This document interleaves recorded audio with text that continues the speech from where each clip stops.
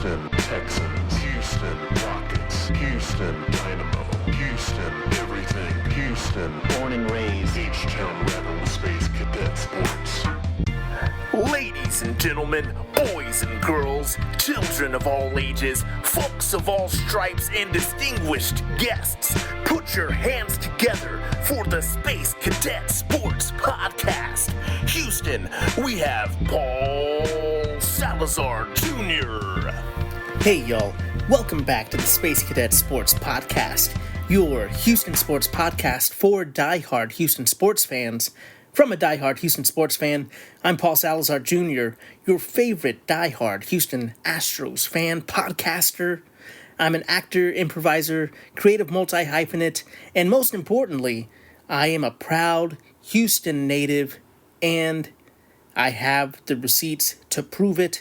You know, folks, I've seen games at the Astrodome way back when it was still a stadium, and not just a political talking point.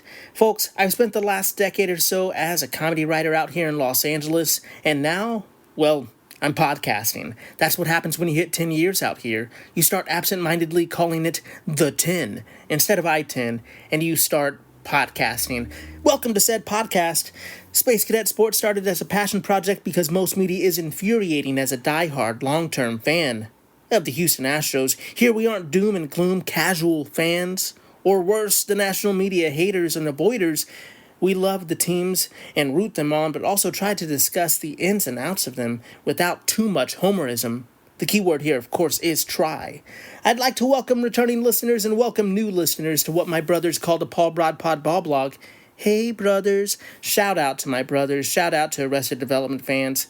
Folks, if you're new here, go check out spacecadetsports.substack.com for the full blog experience, or the full blog experience, depending on your interpretation of my mumbles here.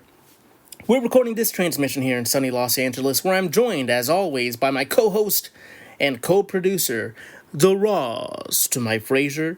Carla, the dog, is here with me. Longtime listeners of the pod know that she may get on mic from time to time. She's got the hot takes on this podcast. I've got the cool, reasonable takes, folks. On this episode, foosball is the devil.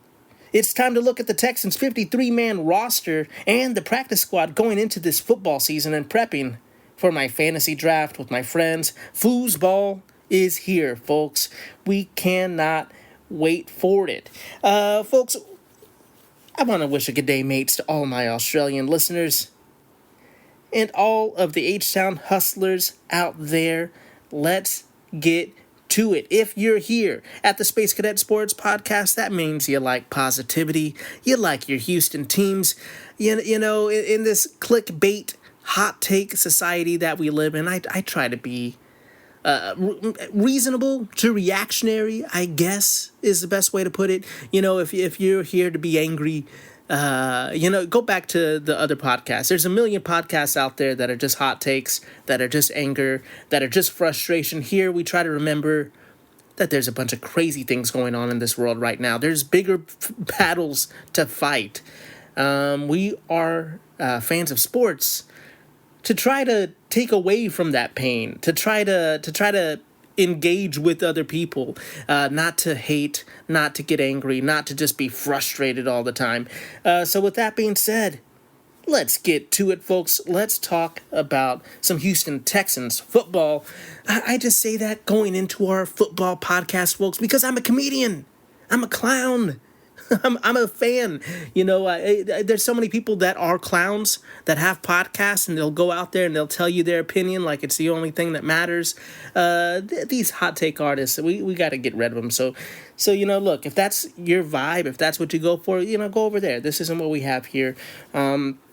Let's talk about our Texans. So we got down to the 53-man roster, the initial 53-man roster, as people will let you know.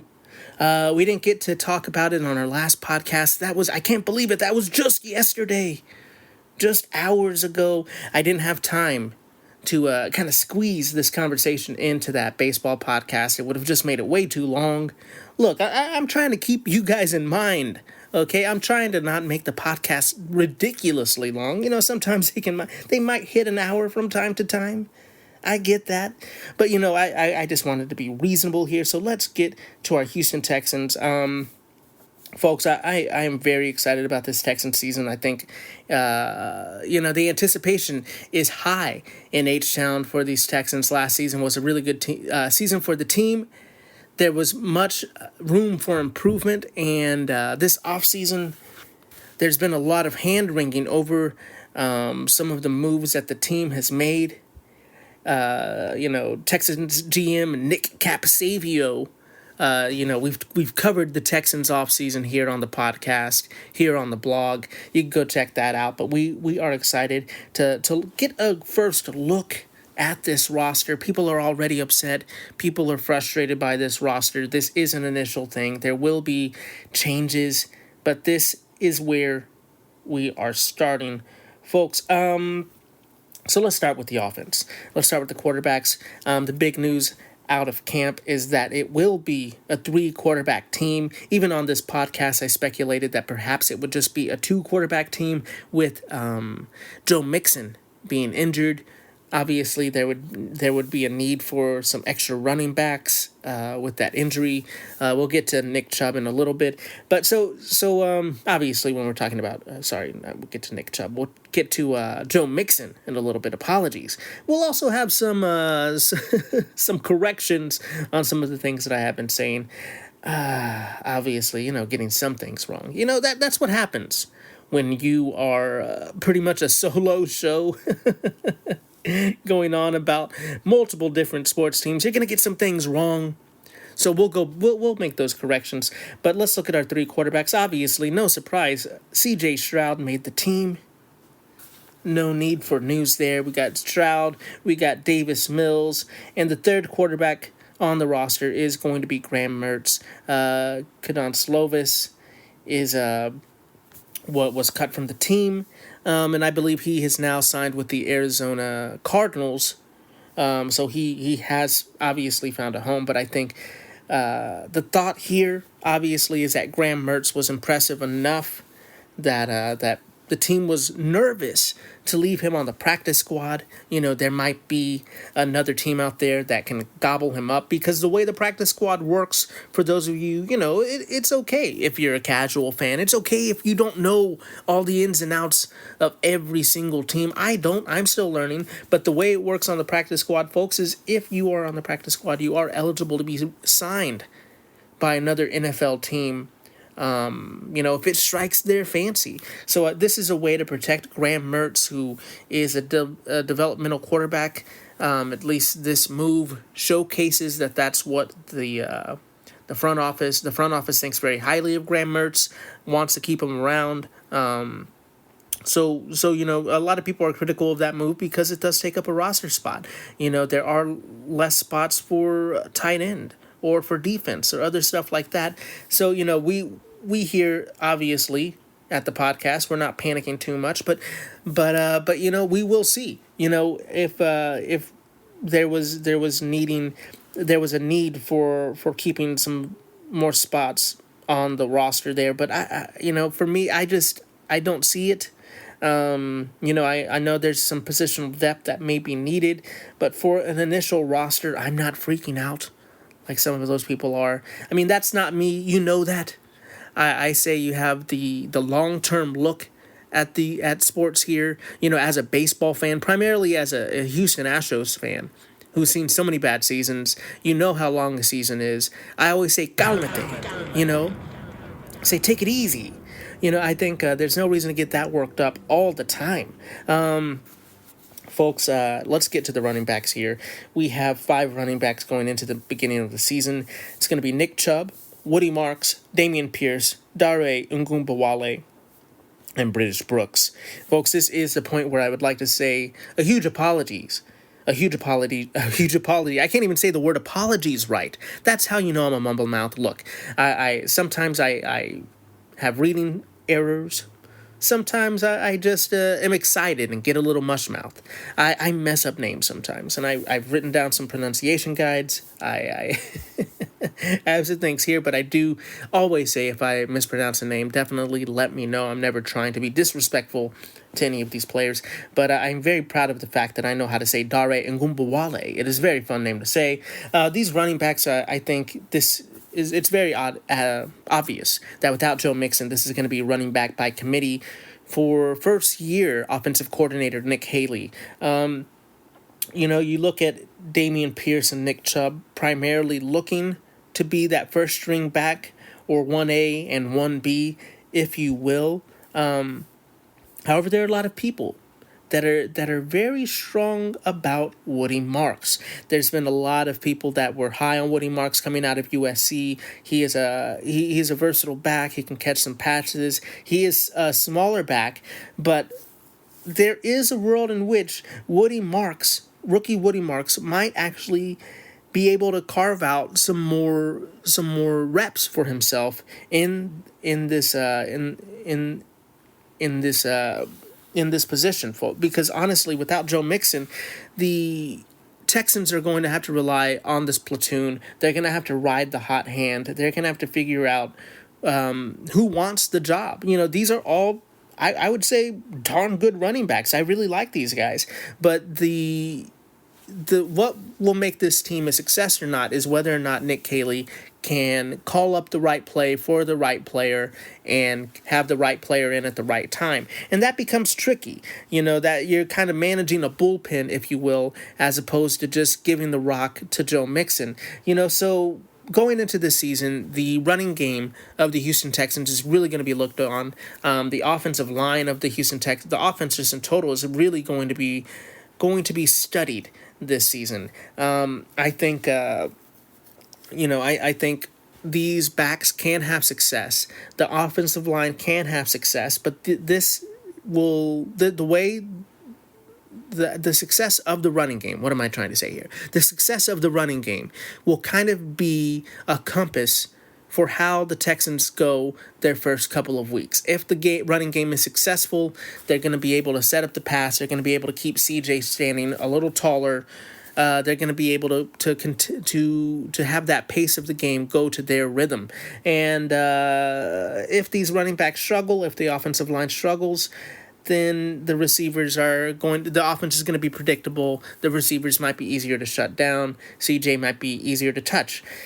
So we're rooting for these running backs. I'm not trying to say that I think, Chubb and Pierce we're riding or dying with them. It really could be a situation where Marks and British Brooks, kind of take that over, or Dare Ngumbawale. I really think that there could be lots of success with lots of these backs. It's just going to be whether or not the right person is in at the right time to showcase their talents. And that can be tricky until Joe Mixon gets back.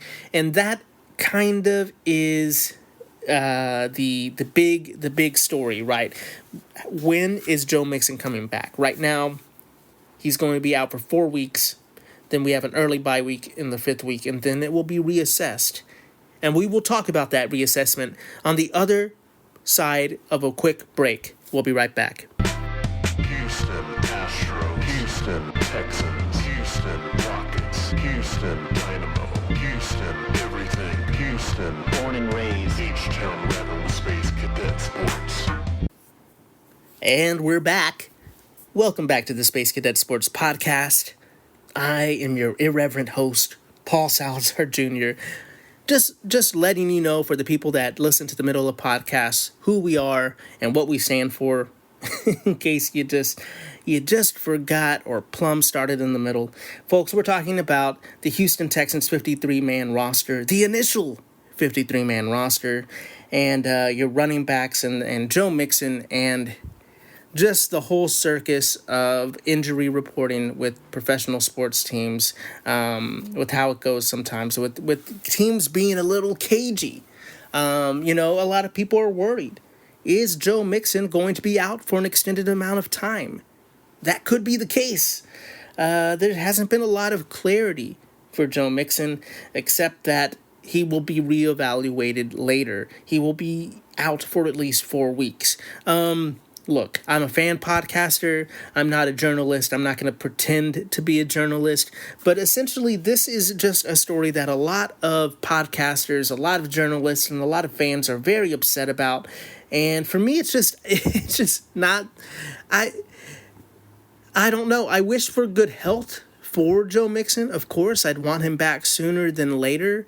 I kind of am in the middle of this, I guess. It's like I understand to an extent the team not wanting to completely show their hand to other teams in terms of game planning. But I think for more than anything, it's more about trading, not letting other teams know what you want or what you're looking for in terms of trades. So for that purpose, I kind of get it. I side with the team. It's like, why do we need to know extremely personal information for the players coming back from injury, rehabilitating from injury? He's out. Okay. And I think this is kind of a twofold problem. I've talked about this, obviously, with the Houston Astros being a little cagey with their injury reporting. I think it has to do with gambling, honestly. A huge part of it has to do with gambling. You degenerate gamblers out there just want to know as much information as possible to make your bets. And also, obviously, the clickbait hot take society we live in, a lot of these journalists, you have to give the reader what they want. And sometimes what they want is to be upset. So they purposefully are doing things to rile people up, to stir the pot, if you will. So for me, I'm not stirring the pot. Yeah, would I like a little bit more information? Yes, of course. I'm not insane. But also, it's not the end of the world for me. He's going to be out for a bit. The team is going to be without Joe Mixon. So we're evaluating that team on how they're going to be without Joe Mixon right now with the information in front of us. And that's obviously going to be a weaker team than it would be with Joe Mixon, but that's just the reality of the situation, and we're evaluating it on that. I think, sure, if you just want to be frustrated at something, I guess this is something you could be frustrated at. I guess it's better than yelling at your kids or being frustrated about other things in your life. I mean, I'm just saying, use that energy for something more productive than being upset about an injury report. I don't know, but that's just me. Moving on to the wide receivers, folks, we're going to look at the plethora of wide receivers that the team has. That's going to be Nico Collins, Christian Kirk, Braxton Berrios, Xavier Hutchinson, Jaden Higgins, Jalen Noel, and Justin Watson. There's going to obviously be some specialists in this group. The Texans started last season with 7 wide receivers as well. Didn't always have 7 wide receivers on the squad, but with this group, I'm excited to see how this receiving group goes this season. Obviously, there's a lot of mouths to feed here. So who rises to the top? Who is going to get a lot of receptions there, especially kind of in that slot receiver role? We'll have to see. We have a lot of good options there. But I also kind of said this at the beginning of last season, and receivers kind of dwindled towards the end, where it was a struggle at the end of the year to have healthy receivers and productive receivers. So we'll be watching the health of this group going forward. The tight ends, there's only going to be 2 tight ends this season, or in the initial 53-man roster. There's not... See, I was trying to say the opposite. There's not going to be just 2 tight ends all season. There's just 2 tight ends on the initial 53-man roster. That's going to be Dalton Schultz and Cade Stover. Your one receiving tight end, your other blocking tight end, kind of, if you will. We'll definitely talk about that a little more going forward when we get to the practice squad. But a lot of people were frustrated that there's just 2 tight ends. Kind of looking at those 3 quarterbacks that we're carrying, saying maybe we should have had one less quarterback for a tight end. I think you're kind of splitting hairs here, but that's what we do as football fans. We are going to kind of read the tea leaves as extra as we can. However, I think that this could be fine. We'll get to the practice squad in a bit. Moving on to your offensive line.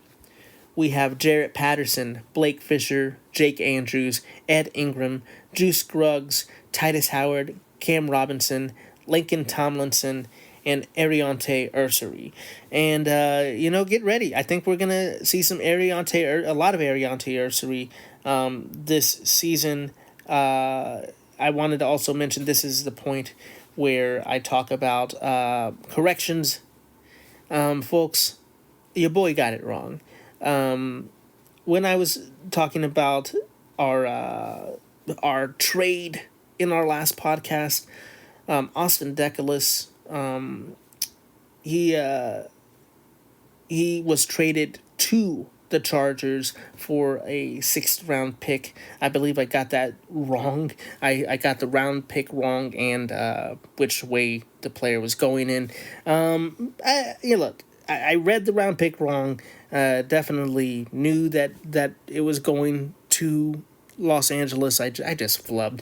So at least I own it. I'm moving on, folks. I hope you do too. Please forgive me. In these uncertain times, please forgive me.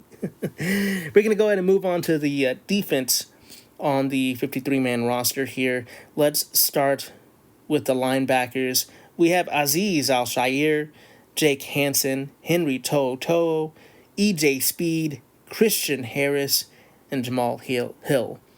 What a scary group. That gang would scare me, guys. I would be too nervous to go up and talk to that group of guys there. Those are some ferocious players. The linebackers on a D'Amico Ryans team is going to be incredible. They are going to be incredible. Let's look at our defensive line here. We have Will Anderson Jr., Darrell Taylor, Daniil Hunter, Tommy Togiai, Sheldon Rankins, almost got through it. Foloronsu Fatakasi, Dylan Horton, Derek Barnett, Mario Edwards Jr., and Tim Settle Jr. We got 3 juniors in the group. Another just scary group of guys, folks. That front 7 for the Houston Texans, those Bulls going on parade this season, are going to be frightening. And then let's look at our backs. Who's going to be holding those receivers down, hopefully? We have Kalen Bullock, Kamari Lassiter, Jalen Petrie, Tremont Smith, CJ GJ. That's going to be CJ Gardner Johnson for those of you who are new to that nickname. We love CJ GJ because we already have CJ. We have CJ Stroud. So to differentiate, we're going to go with CJ GJ for CJ Gardner Johnson. We have Derek Stingley Jr. Sorry, I apologize there. MJ Stewart and Jalen Smith in the defensive backs. We obviously there is a safety on the Houston Texans that is dealing with some legal issues. He's on the commissioner's special list. I think that's just a player that we will not be anticipating coming back anytime soon. Our specialists on this team is going to be Tommy Townsend, Kami Fairbairn, Kamiya. Sorry. Oh my gosh. I wrote it down. I didn't write this one down because I'm so Kaimi. Yeah, I'm just so used to saying it that I thought I would get it, and now I'm freaking out because there's an apostrophe in it. That's how it goes sometimes. And we have new long snapper, Austin Brinkman, who made the team as well. Folks, I am stoked. While there's a lot of hand-wringing over the offense on this team, this defense has me ready for football season. Is it time to play the LA Rams? Because I want to see this team. Folks, let's look to the practice squad here. So like I mentioned earlier, for those of you who may be a little unfamiliar, the practice squad is going to be a taxi squad, kind of, a squad that the Texans can use to fill out their roster on game day if they need to make some kind of addendum or if there's an injury. But these players are able to be signed by other teams off of their practice squad and onto their team, and the Texans can use that, obviously, of the other team's practice squad as well. So the practice squad players are going to be cornerback Damon Arnett, tackle Trent Brown, tight end Harrison Bryant. That's the tight end that the Texans traded for and would have been that third tight end on the roster. He's the third tight end on the roster via the practice squad if needed. Cornerback Miles Bryant, who I believe actually some of these players even got picked up already. I thought I had it in the notes. Apologies here. We also have defensive end Solomon Byrd, center Eli Cox, tackle Reed Holsky, fullback Jacob Johnson, Running back Jahar Jordan. Sorry, wide receiver. Now I'm mispronouncing wide receiver. You folks got me nervous. Josh Kelly, tight end Luke Lachey, defensive tackle Higai Nabul Indabusi. Oof. CJ Ossie Junior Tafuna. Sorry, that's going to be linebacker CJ Ossie, defensive tackle Junior Tafuna, tackle Jalen Thomas, wide receiver Jared Wayne, and linebacker Jackson Woodard. Obviously I do think that I believe Miles Bryant might have been picked up already. I will have to go back and verify that and let you all know on the next podcast. Because my phone really isn't working with me right here. Folks, I think we are very excited about the Texans this season. I think, obviously, there's been a lot of hand-wringing over this offense, over the Joe Mixon injury.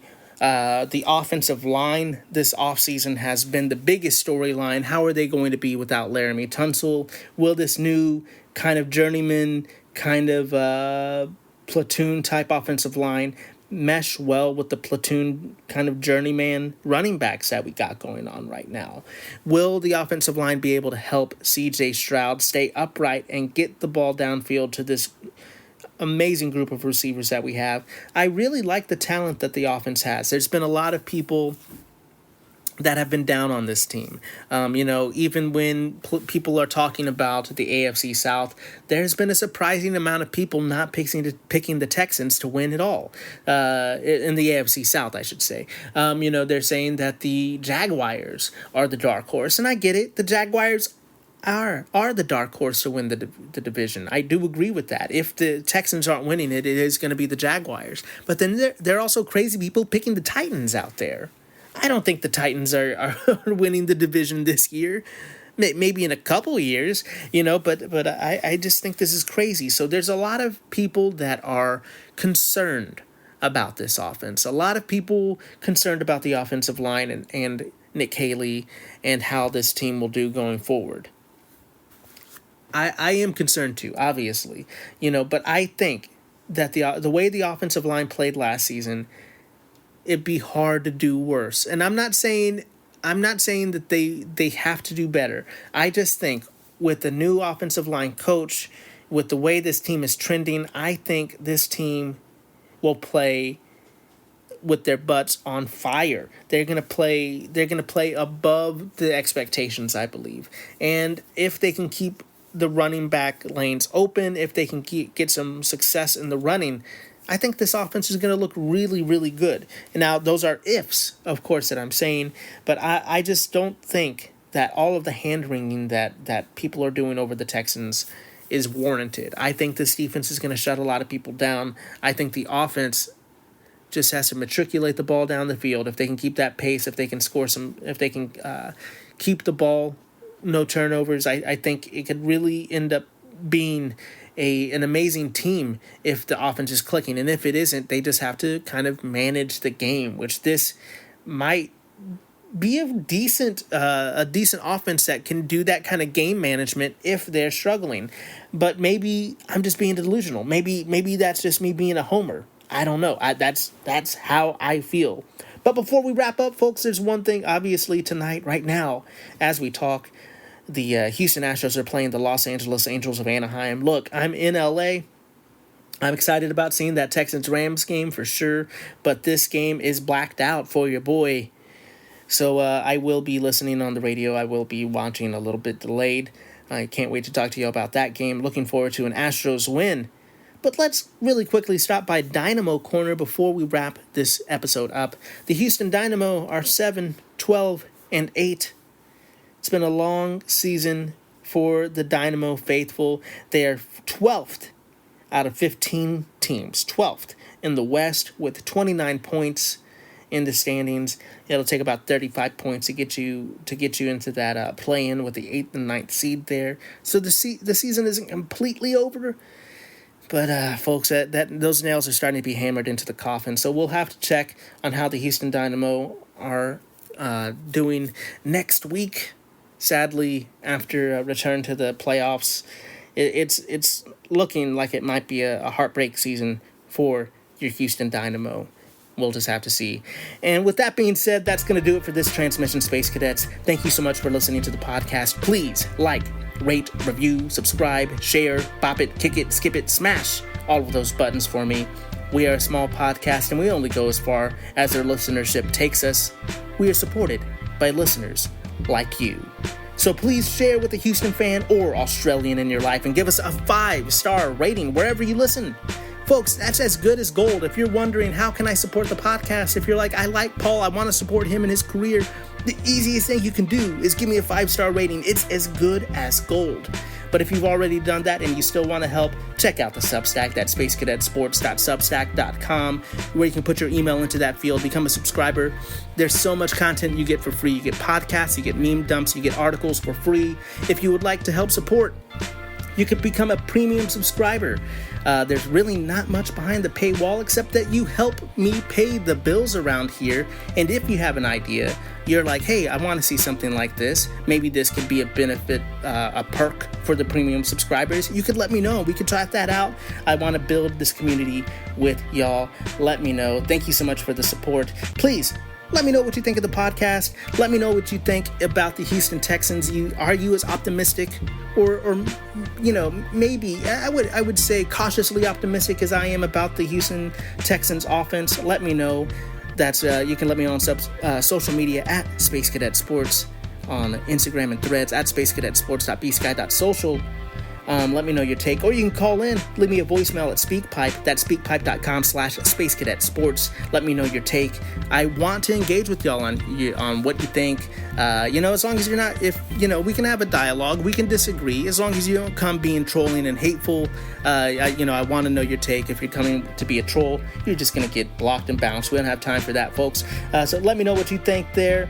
And if you're not coming like a troll, if you're also looking for another way to support, merch is here. We have Cam Smith aircraft carrier hats. We have Don't Sleep on Houston basketball t-shirts. We have Carla the dog hats in H-Town blue, folks. Go check that out at www.paulsalazarjr.net, because I'm nothing but net.